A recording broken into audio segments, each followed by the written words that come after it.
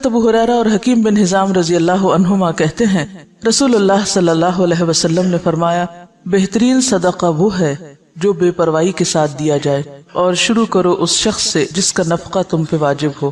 رواہ البخاری، اسے بخاری نے روایت کیا، اور رواہ مسلم، اور اسے مسلم نے روایت کیا، یعنی جب تم صدقہ کرو تو سب کچھ نہ دے ڈالو بلکہ اپنے لیے بھی کچھ باقی رکھو۔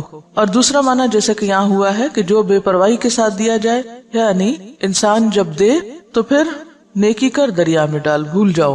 ایسا نہیں کہ تم دینے کے بعد پیچھا کرنا شروع کر دو، لینے والے پر احسان جتاؤ یا اس کو اذیت دو۔ اور اسی طرح ابتدا اس سے کرو جو تمہارا قریبی ہو، یعنی جن کی کفالت تم پہ فرض ہے، اپنے بیوی بچوں سے، اپنے گھر والوں سے، اپنے رشتہ داروں سے۔ اب یہاں پر بہترین صدقہ نمبر 1 اس شخص کا صدقہ جو دل کے اطمینان کے ساتھ خرچ کرے، دے کے بھول جائے، لینے والے کو دکھ نہ دے۔ اس کو کیوں بہترین صدقہ قرار دیا گیا؟ اس کو اچھا صدقہ کیوں کہا گیا کہ یہ اچھا صدقہ ہے؟ بہترین صدقہ وہ ہے کہ جب آپ دیں تو دینے کے بعد آپ خود محتاج نہ ہو جائیں۔ قرآن پاک میں اس کے بارے میں ایک آیت آتی ہے وَلَا تَجْعَلْ يَدَكَ مَغْلُولَةً إِلَىٰ عُنُقِكَ وَلَا تَبْسُطْهَا كُلَّ الْبَسْطِ فَتَقْعُدَ مَلُومًا مَحْسُورًا۔ اسے روکا گیا، سب کچھ دے ڈالنے سے روکا گیا۔ کیوں؟ فَتَقْعُدَ مَلُومًا مَحْسُورًا، ورنہ تم خود عاجز، محتاج، درماندے، ملامت زدہ ہو کے بیٹھ جاؤ گے، خود لوگوں کے آگے ہاتھ پھیلانے لگو گے۔ اور بہترین صدقہ کون سا ہے؟ جو تم سب سے پہلے اپنے گھر والوں کے اوپر خرچ کرتے ہو۔ اب گھر والوں پہ خرچ کرنا فرض ہے، تو فرض کی ادائیگی پر اجر بھی زیادہ ہے۔ جب آپ باہر دینے لگے تو پہلے دیکھ لیں کہ گھر والوں کے پاس ہے یا نہیں۔ کچھ چیزیں ہیں جو عام حالات کے لیے ہیں اور کچھ ہیں جو خاص حالات کے لیے ہوتی ہیں۔ ہر حکم کے اندر استثنائی صورتیں موجود ہوتی ہیں۔ جیسے غزوہ تبوک کے موقع پر حضرت ابوبکر نے جب سب کچھ دیا تو وہ ایک ایمرجنسی کی کیفیت تھی۔ اس وقت دین کے جغرافیائی سرحدیں جو ہیں ان کی حفاظت بھی مقصود تھی۔ اگر اس وقت مال خرچ نہ کیا جاتا اور بیوی بچوں اور گھر کو دیکھا جاتا تو پھر اگر دین ہی باقی نہ رہتا تو باقی کیا باقی رہتا؟ تو ایک بڑی ضرورت آ گئی سامنے۔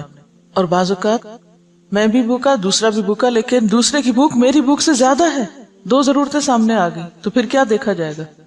کس کی ضرورت زیادہ ہے تو وہاں خرچ کیا جائے گا۔ حضرت ابو مسعود رضی اللہ عنہ کہتے ہیں رسول اللہ صلی اللہ علیہ وسلم نے فرمایا کہ مسلمان جب اپنے اہل و عیال پہ خرچ کرتا ہے اور اس سے ثواب کی توقع رکھتا ہے تو یہ بھی اس کے لیے صدقہ ہی شمار ہوتا ہے۔ کتنی خوبصورت بات، کتنا خوبصورت ہے یہ دین۔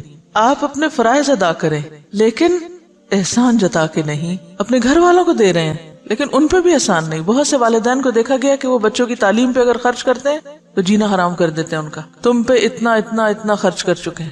ایون اپنی اولاد کے ساتھ یا بیوی کے ساتھ بھی احسان کریں تو جتانا نہیں چاہیے۔ اور دوسری بات یہ ہے کہ اگر بچوں پر بھی آپ خرچ کرتے ہیں، اور خاص طور پر اگر ماں خرچ کرتی ہے، کیونکہ باپ پر تو فرض ہے ہی، اس کو تو فرض ادا کرنے کا اجر ملے گا، لیکن اگر ماں محنت کر کے بچوں کو پال رہی ہے تو اس کے لیے دگنا اجر ہے، صدقے کا بھی اور قرابت داری کے حق کا بھی۔ اصل چیز کیا ہے پھر اجر کے اضافے میں؟ اصل بنیاد کس چیز کی ہے؟ نیت کی۔ آپ کوئی کام کیوں کر رہے ہیں؟ حضرت ابو ہریرہ کہتے ہیں کہ رسول اللہ صلی اللہ علیہ وسلم نے فرمایا کہ 1 دینار وہ ہے جو تو خدا کی راہ میں خرچ کرے، 1 دینار وہ ہے جس کو تو غلام آزاد کرنے میں خرچ کرے، 1 دینار وہ ہے جس کو تو مسکین پر صدقہ کرے، 1 دینار وہ ہے جس کو تو اپنے اہل پر خرچ کرے۔ ان سب میں اپنے اعتبار سے سب سے بڑا دینار وہ ہے جس کو تو اپنے گھر والوں پہ خرچ کرے۔ آپ سب کو ایک وعدہ کرنا ہوگا مجھ سے، سب بیٹوں والی مائیں اپنے بیٹوں کو یہ حدیث لفظ پڑھائیں گی۔ سب ساسیں جو اس وقت ساس بن چکی ہیں خاص طور پر بیٹوں کو یہ حدیث سنائیں گی۔ یہ قرض ہے آپ پر۔ آپ کو پتا ہے بہت سے جھگڑے کہاں سے شروع ہوتے ہیں؟ کہاں سے شروع ہوتے ہیں؟ جب مرد حضرات اپنی ذمہ داری نہیں پوری کرتے۔ کیوں نہیں کرتے؟ اس کے کئی اسباب ہو سکتے ہیں۔ اس میں ایک سبب یہ ہوتا ہے کہ بیٹا کرنا چاہتا ہے، ماں نہیں کرنے دیتی، کہتے سب کچھ بیوی کو ہی دے ڈالو گے، سب کچھ بچوں پہ خرچ کر ڈالو گے۔ ٹھیک ہے، اس میں اعتدال چاہیے، سب کچھ بچوں اور بیوی کے لیے نہیں، لیکن ان کی ذمہ داری پوری کرنا۔ اگر مائیں یہ تعلیم اپنے بچوں کو دیں گی اور بچے آگے اپنی بیویوں کا اور بچوں کا خیال کریں گے، ان کا دھیان رکھیں گے، تو اس سے فائدہ کیا ہوگا؟ گھر میں خوشی ہوگی، گھر میں سکون ہوگا، تو آپ سب کام اچھے سے کر سکیں گے۔ اور دوسری بات یہ ہے کہ جب اپنے گھر والوں کو چھوڑ کے دوسروں کو دیا جاتا ہے اس سے کیا ہوتا ہے نقصان. جو لے کے جاتے ہیں ان کے لیے دلوں میں نفرت اور عداوت پیدا ہوتی. مائیں یہ تو بیٹوں کو ضرور سکھاتی ہیں, دیکھو بہن ہے تمہاری, اس کو بھی دینا ہے, یہ بھانجے ہیں, یہ بھتیجے ہیں, یہ فلاں ہے, یہ فلاں ہے, سب کو دینا. نہیں سکھاتے تو کیا نہیں سکھاتے, بیوی کو بھی دینا. بیوی کا اگر وہ شوہر دل جیتیں گے تو کس کو فائدہ ہوگا؟ بالکل مدر ان لا کو ہی فائدہ ہوگا. لیکن اس کا یہ مطلب نہیں کہ بیویاں پھر واحد وارث بننا چاہیں سارے مال کی. دیکھیے مرد حضرات عام طور پر ان معاملات میں بیوی پہ بہت انحصار کرتے ہیں. وہ کہتے ہیں جدھر تم چاہو دے دو. اکثریت کو میں نے یہ دیکھا ہے, جو چاہو کرو. اب عورت کے ہاتھ میں ایک چیز آ گئی, اب ایک اور آزمائش, ہر نعمت آزمائش. اب اس پہ کیا فرض عائد ہوتا ہے کہ وہ سارا کچھ چھپا کے اپنے پاس ہی نہ رکھ لے. پھر اگین جب بہو پہ بات آتی ہے تو بہو اور بیٹی کے یا نند بھاوج کے آپس میں تعلقات کیوں خراب ہوتے ہیں؟ مثلا شوہر نے کچھ دیا, بہن کو نہیں دکھانا, چھپانا ہے. ساس سے بھی چھپانا ہے, اس سے بھی چھپانا ہے, اس سے بھی چھپانا ہے. اس کے کوئی وجوہات ہو سکتے ہیں, لیکن ان مسائل کو کم کرنے کے لیے اصل جو چیز چاہیے وہ دلوں کا بڑا ہونا ہے. جو لے جاتا ہے لے جائے, میرا حصہ کوئی بھی نہیں لے جا سکتا. میں نے انشور کرایا ہوا ہے, کوئی نہیں لے جا سکتا میرا. جو میرے حصے میں وہ آئے گا, اور اگر اللہ ہی نے نہیں لکھا میرے حصے میں, کسی کو دینے کی توفیق نہیں ہوگی, چاہے میں ٹکرے مار کے مروں, نہیں مل سکتا, لکھا ہی نہیں میری قسمت میں. تو اس لیے ان معاملات میں تھوڑی بے پرواہی کی بھی ضرورت, تھوڑی نہیں بلکہ بہت, دلوں کی وسعت کی بھی ضرورت ہے. شوہر رازق نہیں ہوتے, رازق کون ہے؟ اللہ. اگر وہ ہمیں دینے کی بجائے ماں کو دے رہے ہیں, بہن بھائیوں کو دے رہے ہیں, باہر کہیں دے رہے ہیں, تو اس پہ بہت جلنے کوڑنے کی ضرورت نہیں. جو آپ کا وہ آ جائے گا, جو اللہ نے آپ کے لیے لکھا ہے وہ کہیں سے بھی آئے گا.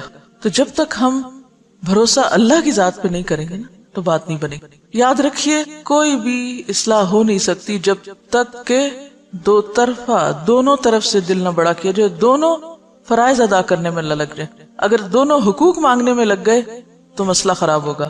تو یہاں پر آپ دیکھیے کہ خیر کے کاموں میں خرچ کرنے کا بھی اجر بتایا گیا, لیکن اس کے ساتھ ساتھ اہل و عیال پہ خرچ کرنا بھی باعث اجر و ثواب ہے. اور ذمہ داری میں نے آپ پہ امانت ڈال دی ہے, بیٹوں کو یہ حدیث سنانی ضرور ہے اپنی زبان سے. حضرت ثوبان کہتے ہیں کہ رسول اللہ صلی اللہ علیہ وسلم نے فرمایا کہ بہترین دینار جس کو آدمی خرچ کرتا ہے وہ دینار ہے جس کو وہ اپنے گھر والوں پہ خرچ کرتا ہے, اور وہ دینار جس کو وہ اپنے اس جانور پہ خرچ کرتا ہے جس کو پالا ہے اس نے اللہ کے راستے میں جانے کے لیے, اور وہ دینار جس کو وہ خرچ کرتا ہے اپنے دوستوں پر اللہ کے راستے میں. اسے مسلم نے روایت کیا. اب آپ دیکھیے کہ پھر سب سے پہلے گھر والوں کی بات ہے. گھر والوں کو مطمئن کرو, کیونکہ جب انسان گھر والوں کو مطمئن کر دیتا ہے نا تو وہ اس کے مددگار بن جاتے ہیں. جب وہ مددگار ہو جاتے ہیں تو ان سے بہتر مددگار پھر کوئی نہیں ہوتا. آپ کے لیے زندگی آسان ہو جاتی. اور آپ نے دیکھا ہوگا اکثر کہ اگر گھر کے اندر چخبخ ہے, گھر کے اندر کھینچا تانی ہے, تو آپ باہر کتنا بھی سکون کا وقت گزار کے آئیں, جب تک گھر میں سکون نہیں تو زندگی بیکار ہے. گھر میں سکون لینے سے نہیں دینے سے آتا ہے. آپ دینے والے بن جائیں, خدمت کرنے والے بن جائیں, محبت کرنے والے بن جائیں, دینے والے بن جائیں, تو آپ دیکھیں گے کہ بہت ساری خوشیاں جو آپ کروڑوں میں نہیں خرید سکتے وہ آپ کے حسن سلوک سے آپ کو ملنے لگیں گی, آپ کی بے نیازی سے آپ کو ملنے لگیں گی, آپ کے اللہ پہ توکل اور بھروسے کی وجہ سے آپ کی طرف پلٹیں گی. تو یہاں پر آپ دیکھیے کہ سب سے افضل دینار گھر والوں پہ خرچ کرنا. آپ نے گھر والوں کو کھلا دیا, پلا دیا, ضرورت کی چیزیں دے دی, پوری کر دی, وہ مطمئن ہے. اب آپ نکلیے باہر جانے کے لیے سواری چاہیے, اور سواری اللہ کے دین کے لیے. آج کل کوئی دابہ یعنی کوئی جانور وغیرہ, جیسے گھوڑا گدھا تو نہیں ہوتا, لیکن گاڑیاں شاید گھوڑوں گدھوں سے بھی زیادہ خرچہ مانگتی ہیں. ہر تھوڑے دن کے بعد پیٹرول کی قیمت اوپر چلی جاتی. جب اوپر جاتی تو آپ سوچتے ہیں اوہ میرا فلاں اور فلاں وزٹ, اس کا کیا بنے گا. پہلا خیال یہ نہیں آتا گھر کے کاموں کا کیا, پہلا یہ آتا اوہ اب تو شاید میں پڑھنے نہ جا سکوں, اب تو شاید میں فلاں جگہ درس پہ نہ جا سکوں, پیٹرول بہت مہنگا ہو گیا. اب یہ جو آپ صدقہ باہر ادھر ادھر کرتے رہتے ہیں, وہ صدقہ اپنے ہی گاڑی میں کریں, یا گاڑی کی مرمت. آپ کو پتا ہے کہ گاڑی کی مرمت بھی پھر ہزاروں مانگتی ہے, اسی گاڑی پہ لگائیں. اگر آپ کو کسی اور کو دینے کی نہیں بھی فرصت ملی تو جو گاڑی آپ اللہ کے راستے میں استعمال کر رہے ہیں وہ پیٹرول کھائے یا موبائل یا پھر مرمت, سی این جی, واٹ ایور, وہ کیا ہے, فی سبیل اللہ, صدقہ ہے. گاڑی پر لگانا صدقہ ہے. اور اگر آپ صدقے کی نیت سے لگائیں گے کہ یا رب یہ سواری اللہ کے راستے میں مجھے دور دور لے جاتی ہے, تو بہترین صدقہ ہے. اور پھر اور بھی اچھا اگر اس گاڑی پہ آپ کچھ اور لوگوں کو بھی سوار کر لیں, یا کسی کو دے دیں استعمال کے لیے. وَدِينَارٌ يُنْفِقُهُ عَلَىٰ أَصْحَابِهِ فِي سَبِيلِ اللَّهِ. اب جب آپ اللہ کے راستے میں نکلتے ہیں تو اکیلے کہاں نکلیں گے؟ اکیلے تو نہیں نکل سکتے، ساتھ ہوں گے نا ساتھی. جب ساتھی ساتھ ہوں گے، کسی کو کھانا چاہیے، کسی کو سواری چاہیے، کسی کو کتاب چاہیے، کسی کو کچھ چاہیے. پہلے گھر والوں کو مطمئن کیا، پھر راستے کا انتظام کیا، پھر جہاں گئے وہاں جو آپ کے ساتھی ہیں ان کی ضروریات کا خیال رکھا. بہترین صدقہ. آپ کو حدیث یاد ہے جس میں آتا ہے کہ بندوں کی محبت اگر چاہیے تو کیا کرو؟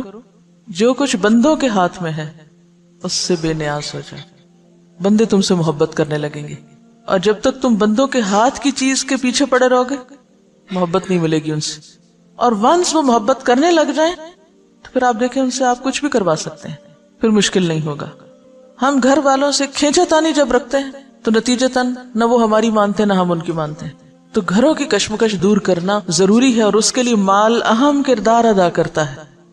جو دینے والے نہیں ان کو دے کر سکھائیں. بعض لوگوں کو دینا آتا ہی نہیں، سیکھا ہی نہیں، بچپن سے ہی بخل پہ ٹریننگ ہے.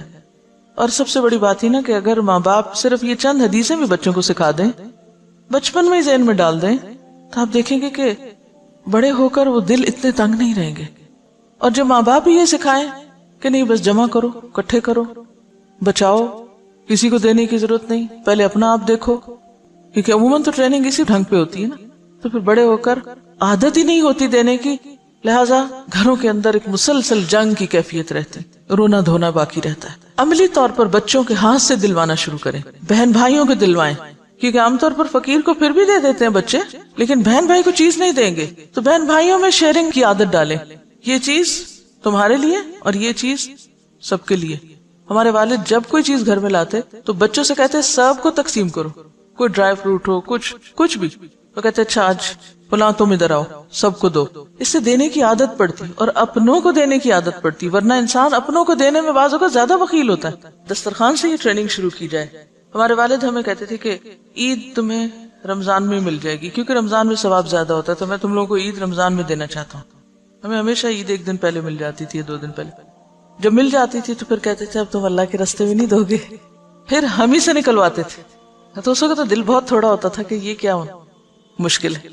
تو یہ ہے کہ یعنی گھر میں کوئی ایسی چیز رکھ لیں جس میں ڈالتے جائیں بچے، کوائنز ڈالنے کا، کوئی برتن، کوئی پاٹ، کوئی اینی تھنگ، اور پھر جب وہ بھر جائے تو پھر جا کے خود اپنے ہاتھ سے خرچ کریں، یعنی اللہ کے راستے میں دے، جہاں بھی دلوانا ہو آپ کو. مل تھا اور تا زا میں زم ہو گئی تو مزمل ہو گیا. اس صورت کے 2 رکوع ہیں، اور پہلا رکوع بالاتفاق مکی ہے اور مکہ کے ابتدائی دور میں نازل ہوا. دوسرے کے بارے میں اختلاف رائے ہے، بعض کہتے ہیں کہ 1 سال کے بعد نازل ہوا اور بعض کہتے ہیں کہ یہ مدینہ میں نازل ہوا. 20 آیات ہیں، 285 کلمات ہیں، 838 حروف ہیں. اس پارے کا چونکہ مرکزی مضمون دعوت اللہ ہے، تو اس صورت میں دعوت دینے والے کو جس اخلاق اور جس ہتھیار سے لیس ہونا چاہیے، اللہ کے ساتھ جیسا تعلق مطلوب ہے، اس کے بارے میں بات کی گئی ہے کہ داعی کی جو پرسنل خصوصیات ہیں، اس کی اپنی زندگی میں اس کا ذاتی رویہ اور اس کا علم اور اس کی عبادت اور اس کا تقوی اور جو اخلاق اس کے اندر ہونا چاہیے، اس کی یاد دہانی ہے اس میں.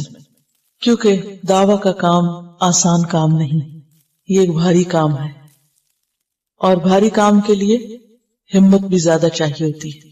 جنوں کے اندر شاید ہم سے زیادہ طاقت ہے، اس لیے انہوں نے پہلی دفعہ ہی سن کر بھرپور کام شروع کر دیا، اور غلط خیالات پر بھی بھرپور تنقید اور بھرپور طریقے سے میسج کنوے کر کے توحید کی بھرپور دعوت. اسی طرح انسان خواہ جسمانی طور پر کمزوری کیوں نہ ہو، لیکن اگر اس کا ایمان مضبوط ہے، وہ اندر سے مضبوط ہے، اس کا اللہ سے تعلق مضبوط ہے، تو پھر وہ بڑے بڑے جنوں سے نمٹنا جانتا ہے، جیسا کہ اس میں فرعون کا ذکر آئے گا. اور بالکل ابتدائی دور کی صورتوں میں سے ہے سورۃ المزمل. میں حیران ہو رہی تھی کہ شروع میں ہی اللہ سبحانہ و تعالیٰ نے فرعون کا ذکر کر دیا، کیونکہ نبی صلی اللہ علیہ وسلم کو مکہ میں ایسے ہی لوگوں سے واسطہ تھا، اور ہر ایک کے ایمان کے بقدر اس کا امتحان ہوتا ہے. امتحان بقدر ایمان، اور جتنا کسی کا ایمان مضبوط ہوگا اتنا ہی اس کا سخت امتحان ہوگا، اور جتنا اللہ سے تعلق مضبوط ہوگا اس میں کامیاب ہوگا. اور اس کامیابی کے لیے بے حد ضروری ہے کہ انسان کے اندر مضبوطی ہو، اور وہ مضبوطی آ نہیں سکتی جب تک انسان قرآن سے گہرا تعلق نہ رکھتا ہو، اور خاص طور پر رات کی نماز میں قرآن کی قرات کے ساتھ قیام کی عادت نہ ہو۔ یہ ایک ضروری خصوصیت اور ضروری شرط ہے جس کا ذکر یہاں ملے گا۔ یا ایھا المزمل، یا ایھا، یا کیا ہے؟ حرف ندا، اور ایو کا معنی ہوتا ہے کون سا یا جون سا، جس، کس، یعنی ایو کا لفظ ان معنوں میں استعمال ہوتا ہے، یا کیا کون سا کیا، اور ہا جو ہے یہ حرف تنبیہ ہے اور فصل کے لیے آتا ہے۔ فصل کا مطلب ہوتا ہے الگ کرنا۔ تو حرف ندا اور منادا کے بیچ میں جبکہ منادا معرف باللام ہو، یہ بات سمجھ آ رہی میری؟ منادا معرف باللام، معرف باللام کا کیا معنی؟ کہ ال کے ساتھ شروع ہو رہا ہو، تو ان کو باہم ملانے کے لیے درمیان میں آتا ہے ایھا۔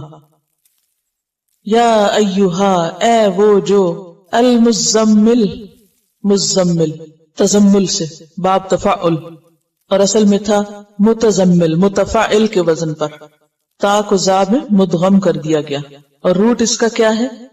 زا ما لا، زا میم لام۔ اور تزمل کا معنی ہوتا ہے اپنے اوپر چادر یا کوئی کپڑا لپیٹنا۔ خطاب ہے نبی صلی اللہ علیہ وسلم سے، یا ایھا المزمل، اے کپڑے میں لپٹنے والے، اے چادر یا کمبل لپیٹنے والے۔ آپ کو مزمل سے کیوں خطاب کیا گیا؟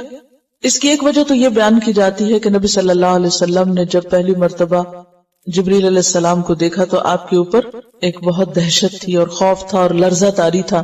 آپ گھر پہ تشریف لائے اور حضرت خدیجہ سے کہا، زملونی زملونی، مجھے کمبل اڑھا دو، کمبل اڑھا دو، یعنی ایک طرح سے پروٹیکشن کے لیے اور اپنے آپ کو سمیٹنے کے لیے۔ اور یہ تو چونکہ نقطہ آغاز تھا، اس کے بعد ابھی مزید آپ پر ذمہ داری ڈالی جانا تھی، لہذا آئندہ جب آپ کو پکارا گیا تو اس نام سے پکارا گیا، اے کپڑا لپیٹنے والے۔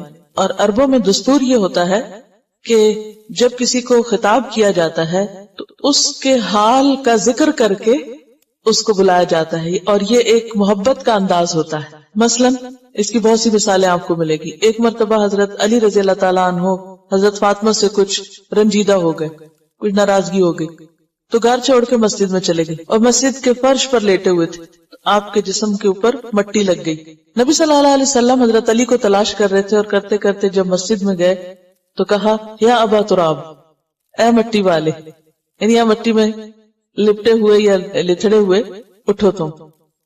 اسی طرح حضرت ابو ہریرہ جو تھے، ان کو بلیوں سے بہت پیار تھا تو ان کا نام ابو ہریرہ رکھ دیا گیا۔ اسی طرح کچھ اور بھی آپ کو ایسے نام ملیں گے یا کنیتیں ملیں گی کہ جو انسان کے حال کو یا اس کے شوق کو یا اس کے کام کو واضح کرتی ہیں۔ تو نبی صلی اللہ علیہ وسلم نے چونکہ پہلی وحی کے بعد کپڑا اوڑھ لیا، تو وہ ایک اتنا پیار بھرا انداز تھا کہ اللہ سبحانہ وتعالیٰ نے اس کو یاد کرایا اور فرمایا، یا ایھا المزمل، اے کپڑا لپیٹنے والے۔ اب کپڑا لپیٹنے کا وقت نہیں، اب کیا ہے؟ اب تو کام کا وقت ہے۔ آپ ڈرے نہیں، گھبرائے نہیں، یعنی ایک طرح سے تسلی دی جا رہی ہے، محبت سے خطاب کیا جا رہا ہے۔ یا ایھا المزمل، اے مزمل، قم اللیلہ، قم اٹھو، فعل امر ہے قیام سے، اور قیام کہتے ہیں بیٹھے یا لیٹے ہوئے آدمی کا اٹھ کھڑا ہونا، یا چلتے چلتے کھڑے ہو جانا، یعنی کوئی بیٹھا ہوا ہے تو بیٹھنا چھوڑ کے اٹھ جائے، یا لیٹا ہوا تو اٹھ جائے، یا پھر چل رہا ہے تو کھڑا ہو جائے۔ ان سب کے لیے کیا آتا ہے؟ قیام۔ قم اللیل، رات کو کھڑے ہو جاؤ۔ اب اس کا یہ مطلب تو نہیں کہ آپ نیند چھوڑ کے تو کھڑے رہا کرو، یہ عام کھڑا ہونا مراد نہیں ہے، یہاں قیام سے مراد نماز ہے، قیام اللیل ہے۔ آپ نے پیچھے پڑھا کہ بعض اوقات نماز کے لیے لفظ قرآن آتا ہے، بعض اوقات تسبیح آتی ہے، بعض اوقات سجدے کا لفظ آتا ہے، تو جز بول کے کل مراد ہوتا ہے۔ اور یہاں پر قم، کھڑے ہو جاؤ، سے مراد ایسے آئیڈیلی کھڑا ہونا نہیں بلکہ نماز میں کھڑے ہونا ہے۔ تو قم اللیل کا مطلب کیا ہوگا؟ اٹھو رات کے وقت اور اٹھ کر نماز پڑھو، اور اللیل سے مراد ساری رات ہے۔ لیکن اگلے حرف استثناء نے، حرف استثناء کون سا؟ الا، اللہ نے واضح کر دیا کہ نہیں، پوری رات کا مراد نہیں ہے یہاں، بلکہ قلیلاً، تھوڑا، یعنی پوری سے کم، ساری نہیں. قم اللیل الا قلیلاً، رات کو قیام کرو یعنی نماز ادا کرو مگر تھوڑا. اب کتنا تھوڑا؟ نصفہ، اس کا آدھا، یعنی نصف اللیل، آدھی رات. او انقص منہ، یا کم کر لو اس میں سے بھی. کس میں سے؟ آدھی میں سے بھی. آدھی کا پھر کم کیا ہوگا؟ تہائی ہو جائے گا، 1/3 ہو جائے گا، ٹھیک ہے. یا پھر اس کا بھی کم کریں تو چوتھائی ہو جائے گا، یعنی نصف النصف کریں تو چوتھا حصہ رہ جائے گا. یعنی ایک کا آدھا کریں، ایک کے 2 حصے کریں تو کیا ہوگا؟ نصف کریں تو آدھا کہلائے گا، اور نصف کو نصف کر دے تو چوتھائی ہو جائے گا، کوارٹر ہو جائے گا. او انقص منہ قلیلاً، تھوڑا سا. تو اس کا مطلب یہ ہے کہ بالکل آدھا نہیں کرنا، بلکہ اس میں سے کچھ ہی کم کرنا ہے، یعنی تہائی رات. او زد علیہ، یا اس پر زیادہ کر لو، یعنی نصف پر. تو نصف یا آدھا جو ہے، ہاف جو ہے، وہ کیا ہے؟ سٹینڈرڈ. کبھی آدھے سے کم کر لو یا اس سے بھی تھوڑا کم، یا آدھے سے کچھ زیادہ بھی کر لو. تو ڈیپینڈ کرتا ہے کہ جیسے بھی حالات ہیں. اب اس دور میں گھڑیاں تو تھی نہیں، کوئی الارم کلاک نہیں تھے، موبائل نہیں تھے، کوئی اور کمپیوٹر ایسا نہیں تھا کہ جس پر آپ الارم لگا لیں اور آپ کو جگا دے، تو آپ کو خود ہی اٹھنا ہے. اور پھر ایسی لائٹس بھی نہیں تھی کہ آپ اس میں کچھ دیکھ سکیں، اور وقت کا کوئی پیمانہ تھا ہی نہیں نا. ذرا آپ سوچیں، آج ذرا تصور کریں کسی ایسے دور کا کہ جہاں گھڑی نہ ہو. ہمارا تو سارا دن کس کے گرد گھومتا ہے؟ گھڑی کی سوئی کیا گھومتی ہے، اس سے زیادہ شاید ہم خود گھوم رہے ہوتے ہیں کاموں میں. اور ہر تھوڑی دیر بعد ہمیں وقت دیکھنے کی ضرورت ہوتی ہے کہ اچھا اب کہاں پہنچے ہم. لیکن اس دور میں کوئی گھڑی تھی ہی نہیں. اب کیسے پتا چلے آدھی رات ہو گئی؟ اب وہ ستاروں سے اندازہ لگاتے تھے. بعض اوقات یہ ہے کہ بادل ہوں تو وہ بھی نہیں پتا چلتا. آج کل بھی آپ دیکھیں بادل ہوں اور آپ گھڑی نہ دیکھیں تو آپ کی تو فجر بھی چلی جائے. تو اگرچہ اللہ سبحانہ وتعالیٰ نے ایک ایسا نظام انسان کے جسم کے اندر رکھا ہے کہ جسم کے اندر بھی ایک گھڑی ہے. اگر آپ اپنی عادتوں کے پابند ہوں تو وہ گھڑی آپ کو بھوک کا بھی بتا دیتی ہے کہ کھانے کا ٹائم ہو گیا. اگر آپ کی عادت درست ہو. یہ الگ بات ہے کہ کچھ لوگوں کی کوئی عادت نہیں ہوتی، ہر وقت کچھ کھاتے تو اس سے انہیں نہیں پتا چلتا اب کھانے کا ٹائم ہے یا نہیں. جیسے بچے آپ دیکھیں تو ان کے کھانے کے اوقات مقرر کرنا بہت مشکل ہوتا ہے، کیونکہ ہر وقت کچھ کھاتے رہتے. اسی طرح سونے کے اوقات میں جن لوگوں کی کوئی ریگولیرٹی نہیں ہوتی، کبھی ساری رات جاگ رہے ہیں، کبھی کسی وقت سو رہے ہیں، کبھی کب سو رہے ہیں، کب جاگ رہے ہیں، تو ان لوگوں کی زندگی میں پھر کوئی طریقہ نہیں ہوتا. لیکن جو لوگ اصولوں کے پابند ہوتے ہیں، فطرت پر ہوتے ہیں، وہ وقت پہ سوتے ہیں، وقت پہ جاگتے ہیں، تو ان کی ایک نیچرل گھڑیاں بھی بن جاتی ہیں. وہ اگر نہ بھی الارم لگائے تو اس کے بغیر بھی اٹھ جاتے ہیں. تو پہلے دور کے لوگ فطرت پر تھے. سورج غروب ہونے کے بعد کچھ ضروری کام کاج کی اور سو گئے، اور پھر ایک مخصوص ضرورت ہوتی ہے، لینتھ آف ٹائم ہوتی ہے، جب انسان کی نیند پوری ہو جاتی ہے تو وہ خود بخود اٹھ جاتا ہے. تو اس گھڑی سے کام لینا ہوگا، اور اس میں یہ ہے کہ آدھی رات، اس سے بھی کم یا تھوڑا اس سے زیادہ. اور اس قیام میں کیا کرو؟ وَرَتِّلِ الْقُرْآنَ تَرْتِيلًا، اور آہستہ آہستہ پڑھو قرآن کو ترتیل کے ساتھ. آہستہ آہستہ پڑھنا، قرآن کو ٹھہر ٹھہر کر پڑھو. ترتیل. وَرَتِّلِ الْقُرْآنَ تَرْتِيلًا، اور ترتیل کا لفظ جو ہے یہ ریت لام سے ہے، اور رتلا کا معنی ہوتا ہے کسی چیز کی خوبی، آرائش اور بھلائی. اور ترتیل کیا ہے؟ سہولت اور خوبصورتی کے ساتھ، بہترین تناسب کے ساتھ کسی کلمے کو ادا کرنا، یعنی مناسب طریقے سے اس کو پڑھنا. تو بنیادی طور پر اس میں ٹھہر ٹھہر کر پڑھنا، آہستہ آہستہ پڑھنا، اطمینان سے پڑھنا، سوچ سمجھ کے پڑھنا، ایک ایک حرف کو واضح طور پر ادا کرنا، اور حسن ادائیگی کے ساتھ، ٹھہراؤ کے ساتھ قرات کرنا شامل ہے. ابن عباس کہتے ہیں کھول کر بیان کر کے پڑھنا. ترتیل کیا ہے؟ کھول کر پڑھنا. وَرَتِّلِ الْقُرْآنَ تَرْتِيلًا، یعنی قرآن کو جلدی جلدی نہ پڑھو، بے سوچے سمجھے نہ پڑھو، بلکہ پڑھنے میں اس کا حق ادا کرو. رتل القرآن ترتیلا.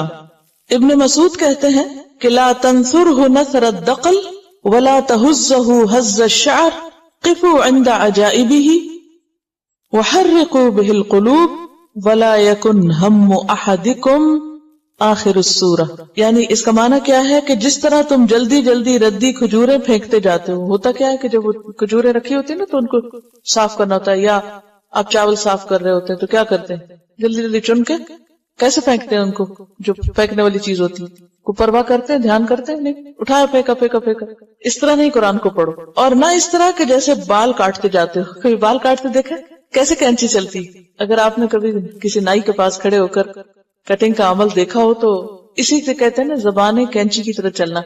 تو کینچی کی طرح جیسے زبان چلتی ہے تو اس طرح قرآن کے لیے کینچی کی طرح زبان مت چلاؤ، بلکہ کیا کرو، جب کوئی نادر نقطہ آ جائے تو ٹھہر جاؤ اور اپنے دل کو اس سے متحرک کرو، یعنی اپنے دل کو ہلاؤ اس سے، حرکو بھی. ولا یکن، اور نہ ہو، ہم احدکم، تم میں سے کسی ایک کا غم، آخر السورہ، سورت کے آخر تک پہنچنا، یعنی تمہاری ساری فکر اس پہ نہ لگی ہوئی ہو کہ سورت کب ختم ہوگی، ختم کیوں نہیں ہوئی. یہ ترتیل کے خلاف ہے، کیونکہ جب انسان بار بار آخری حصہ دیکھتا رہتا نا تو پھر کیا ہوتا ہے، ہم سپارہ پڑھتے نا عام طور پر، ہم سورتوں کا حساب تو نہیں کرتے نا، ہم لوگ عام طور سے سپاروں کا کرتے ہیں. تو جو لوگ مثلا ایک سپارہ پڑھنے کے عادی ہیں تو وہ ضرور دیکھتے اچھا کتنے صفحے رہ گئے، اچھا کتنا باقی، اچھا پھر دیکھتے اچھا ٹائم تھوڑا، پھر وہ اور تیز کر دیتے ہیں اور تیز کر دیتے ہیں. تو یہ طریقہ نہیں، یہ ترتیل کے خلاف ہے یہ بات. ورتل القرآن ترتیلا، ترتیل میں آہستگی بھی ہے، ہر حرف کا حق ادا کرنا ہے. علقمہ نے ایک شخص کو اچھی آواز سے تلاوت کرتے ہوئے سنا تو اس نے کہا میرے ماں باپ اس پہ قربان، یہی ترتیل ہے. تو اس سے کیا پتا چلتا ہے کہ آہستگی کے ساتھ آواز کی خوبصورتی بھی شامل ہونی چاہیے. حسن بصری نے ایک شخص کو دیکھا، یہ اصل میں مختلف لوگوں کو اس لیے کوٹ کر رہی ہوں کہ آپ ان کے ذہن سے سوچیں کہ وہ ترتیل کا کیا معنی لیتے ہیں. پہلے تو لغت میں آپ نے دیکھا نا، لیکن عملی طور پر لوگوں نے ترتیل کو کس طرح سمجھا ہے، کیونکہ یہ حکم ہے نا، رتل، ایسا ہی پڑھو. حسن بصری نے ایک شخص کو دیکھا کہ وہ ایک آیت پڑھ رہا ہے اور رو رہا ہے، یعنی پڑھتے ہوئے رو رہا ہے. کہا یہی ترتیل ہے، یہ دیکھو اس کو ترتیل کہتے ہیں. تو کتنی چیزیں شامل ہو گئی، آہستگی، اطمینان، ٹھہراؤ، سمجھ، خوش آوازی، کھول کے پڑھنا، اور حسن صوت اور سوز، اور اس پہ رونا بھی. رونا جب ہی آئے گا نا جب کچھ سمجھیں گے، تو جب سمجھیں گے نہیں تو رونا کہاں سے آئے گا، جلدی جلدی پڑھنے میں تو رونا نہیں آتا. بہقی کی ایک روایت میں ہے آپ نے فرمایا اے قرآن والو، قرآن کو سرہانہ نہ بناؤ. سرہانہ کیا ہوتا ہے، پلو، تکیہ، یعنی ٹیک لگانے کی چیز اور آرام کرنے کی، اور یعنی اس کی بے قدری نہ کرو، اور اوقات شب و روز میں اس کی تلاوت کرو، جیسا حق ہے ویسی تلاوت کرو. جیسے قرآن مجید میں بھی آتا ہے نا، الذین آتیناہم الکتاب یتلونہ حق تلاوتی اولئک یؤمنون بہ. اور قرآن کو پھیلاؤ، خوش آوازی سے پڑھو، غور کرو تاکہ تم کو فلاح حاصل ہو.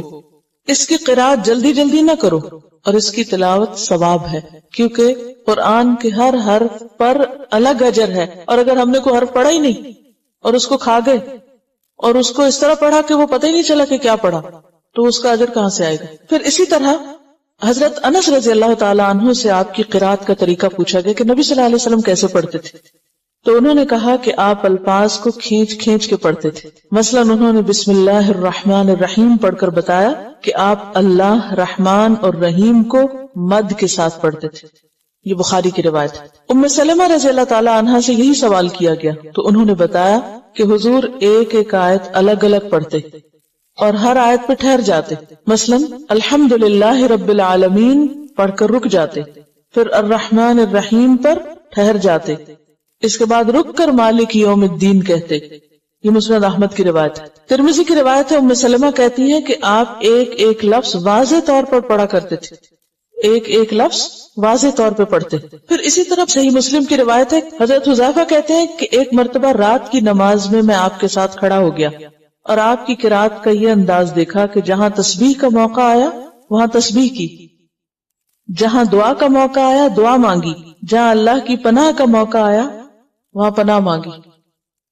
ہم میں سے کتنے لوگ قرآن پڑھتے ہوئے یہ کرتے ہیں، جب ہم تلاوت کر رہے ہوتے ہیں تو ہمیں فکر کس بات کی ہوتی، یعنی اپنی ذاتی تلاوت جو بھی ہم صبح میں جب بھی موقع ہو کرتے ہیں. واقعی ہمارا وہی حال ہوتا ہے کہ آخر اس سورہ کے ختم کر لیں کہیں رہ نہ جائے، لیکن یہ آداب جو ہیں ان کا لحاظ نہیں رکھتے. تو جب نبی صلی اللہ علیہ وسلم پر یہ حکم نازل ہوا وَرَتِّلِ الْقُرْآنَ تَرْتِيلًا، تو آپ صلی اللہ علیہ وسلم کی تلاوت کا انداز صحابہ نے دیکھا کہ وہ صرف الفاظ اور حروف اور معنی پر ہی نہیں غور کرتے تھے، بلکہ آیات کا حق کس طرح ادا کرتے۔ تسبیح کا ذکر آتا، جب حکم ہوتا کہ تسبیح کرو، تسبیح کرتے۔ کوئی جہنم جنت کی بات ہوتی ہے تو اس کے مطابق دعا کرتے۔ تو یہ تھی آپ کی ترتیل۔ آپ کو یہ بھی پتہ چلا ہوگا کہ تجوید کس کو کہتے ہیں، کیونکہ ترتیل اور تجوید میں ایک ربط ہے نا۔ یہ اللہ کی ہمارے ساتھ بھلائی اور خیر خواہی ہے کہ یہ جو کچھ ہم پڑھ رہے ہیں، یہ آپ کی حسن نیت ہے کہ واقعی آپ سنجیدگی سے اس کو سمجھنا چاہتے ہیں، تو اللہ تعالیٰ اسباب بھی ایسی پیدا کر دیتا ہے، ان چیزوں کو خود بخود جوڑ دیتا ہے، اور وہ ایک چیز کے بعد دوسری جب آتی ہے تو وہ اس کو ری انفورس کرتی اور زیادہ بہتر طور پر سمجھ میں آتی۔ تو یہ جو ترتیل ہے اور تجوید ہے، اس کا اہتمام بہت ضروری ہے۔ قرآن قیامت تک کے لیے ایک معجزہ ہے، معجزہ خالدہ اس کو کہتے ہیں، زندہ کتاب ہے، اور ہر روز کچھ نہ کچھ رہنمائی اس دن کے مسائل کے اعتبار سے ہوتی ہے۔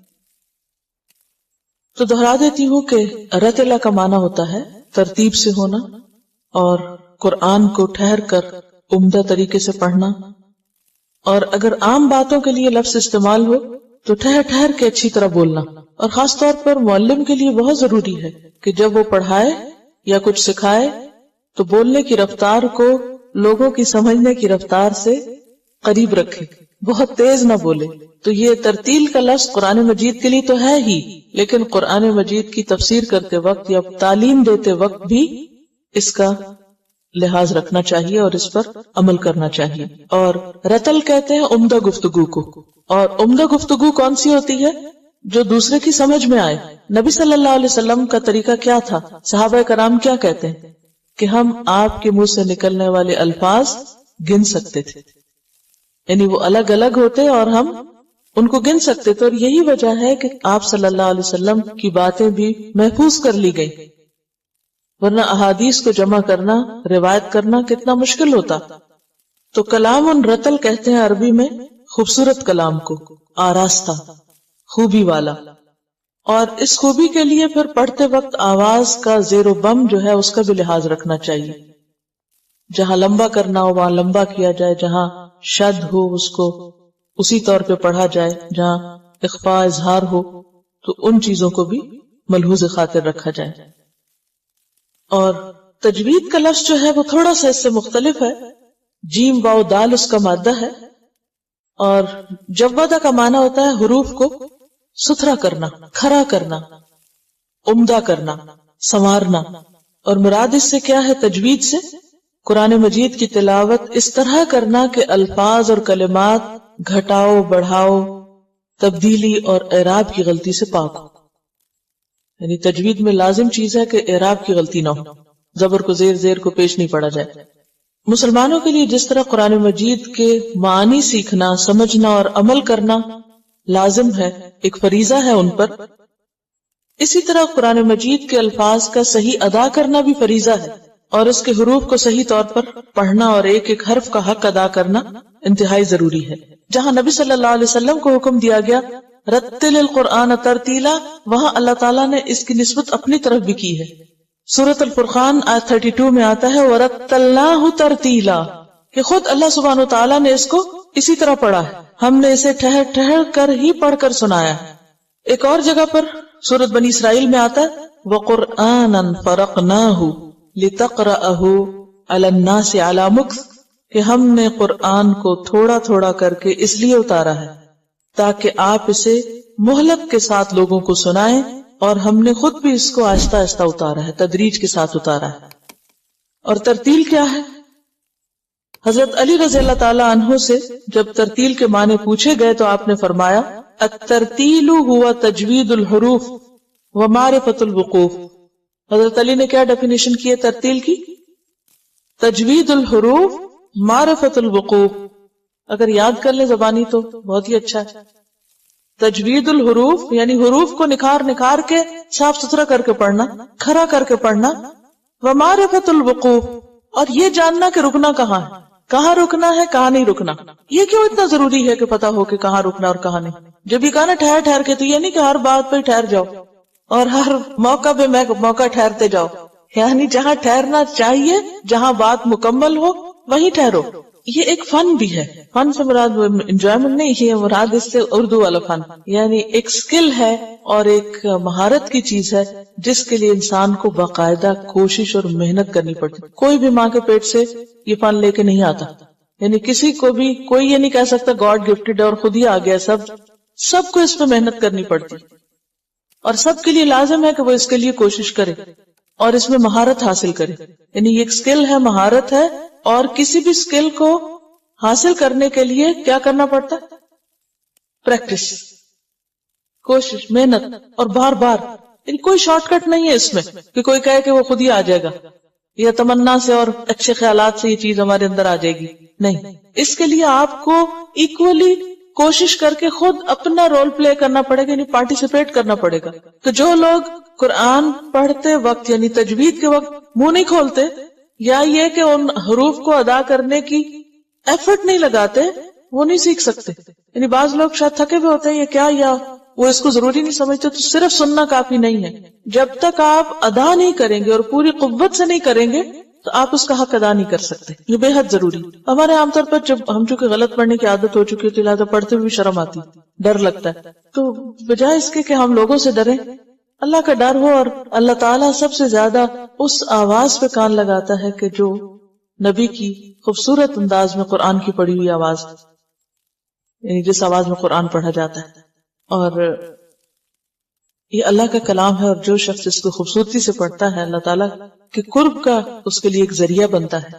حدیث میں آتا ہے الماہر بالقرآن مع السفرۃ الکرام البررہ، قرآن کا ماہر مہارت رکھنے والے ملائک اور انبیاء کے ساتھ ہوگا.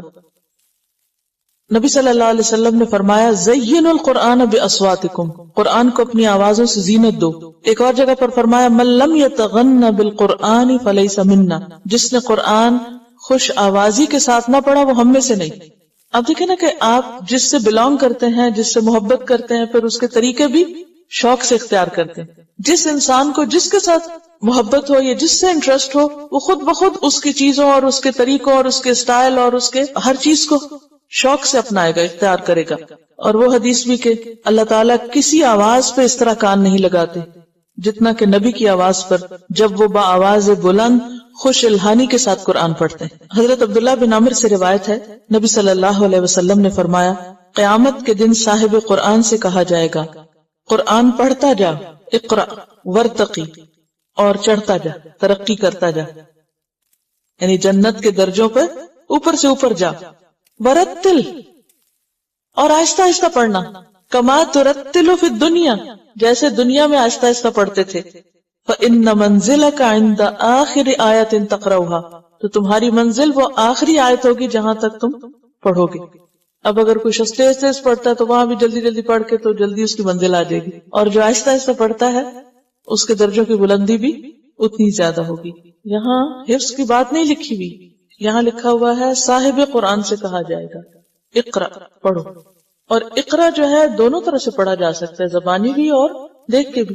اصل چیز جو ہے وہ ماہر ہونا ہے اس کا، اور obviously حفظ جو ہے وہ نمبر 1 ہی آ جاتا ہے مہارت کے لیے. لیکن اگر وہ موقع چلا بھی گیا ہے تو بھی امید کی جا سکتی ہے اس کو صحیح انداز میں پڑھ کر. حدیث میں حفظ کا لفظ نہیں آتا، بس صاحب قرآن کا آتا ہے، یعنی جس کا بھی قرآن کے ساتھ تعلق ہے. اصل میں اسی وجہ سے ہمارے ہاں ساری کوشش اور ایفرٹ جو ہے نا قرآن کی مہارت حاصل کرنے کی، وہ صرف حفظ کے ساتھ مخصوص کر دی گئی ہے. اسی لیے ماں باپ بچوں کو اگر قرآن سکھانے کا سوچتے بھی ہیں تو صرف حفظ کا سوچتے ہیں. ترجمے سے پڑھنا، پڑھانا، سمجھانا، سمجھنا، اس پہ غور و فکر وہ نہیں، دھیان میں بھی نہیں آتا.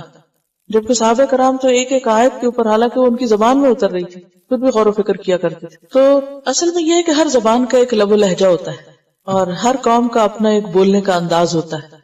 تو قرآن جس لہجے میں اترا ہے، جس زبان میں اترا ہے، اسی زبان اور لہجے میں پڑھنا ضروری ہے. ٹھیک ہے ہر انسان کا پھر وہ لہجہ پلٹنا مشکل ہوتا ہے، لیکن اگر بچپن میں کوشش کی جائے تو عربی لہجہ اختیار کرنا بھی مشکل نہیں. مگر انسان بڑے ہو کے بھی جتنی کوشش کرے کر سکتا ہے. پھر اصل چیز کوشش ہے، کوشش کے باوجود کوئی نہ کر سکے تو بھی دگنا اجر ہے.